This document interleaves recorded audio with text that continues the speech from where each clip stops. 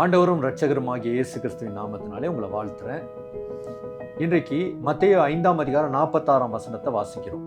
உங்களை சிநேகிக்கிறவர்களையே நீங்கள் சிநேகிப்பீர்களானால் உங்களுக்கு பலன் என்ன?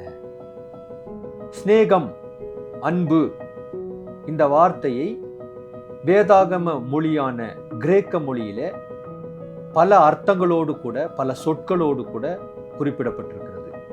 அதுல ஒன்று பிலையா. பிலையா என்றால் ஃப்ரெண்ட்ஷிப், லவ், சகோதர சிநேகம். 2 ஸ்டோர்கே. ஸ்டோர்கே என்றால் குடும்பத்தில் காணப்படுற குடும்ப பாசம். 3வது ஈரோஸ்.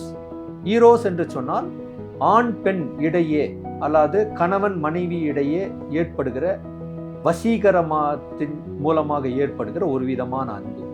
4வது அகாப்பே.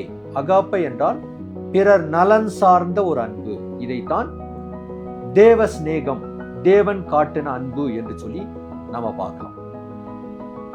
வேதத்துல கிறிஸ்து நம்மை சத்துருக்களா இருக்கும் போதே சிநேகித்ததினாலே நாம் ரட்சிக்கப்படும்படிக்காக பூமியிலே மனுஷனாக வந்து ஜீவனை தந்தார். நான் சத்துருக்களா இருக்கும் போது கர்த்தர் நம்மை நேசித்தார். இதுதான் எதிர்பார்ப்பதில் இல்லாத ஒரு சுயநலமற்ற ஒரு அன்பு. இதைத்தான் கிறிஸ்தவ சிநேகம் என்று அழைக்கிறார்கள். நம்முடைய வாழ்க்கையிலும் கூட இந்த சிநேகத்தை நாம் செலுத்தும்படிக்காக கர்த்தர் நம்மை பலப்படுத்துவார். ஜெபிக்கலாம். அன்புள்ள நல்ல பிதாவே, உம்மை போல நாங்கள் பிறரை நேசிக்கும்படிக்கான ஒரு கிருபையையும் ஒரு பலனையும் எங்களுக்கு தாரும். அதன் மூலமாக அநேகரை உன் பக்கமாக இழுக்க கர்த்தர் உதவி செய்யும். இயேசுவின் நாமத்தில் பிதாவே.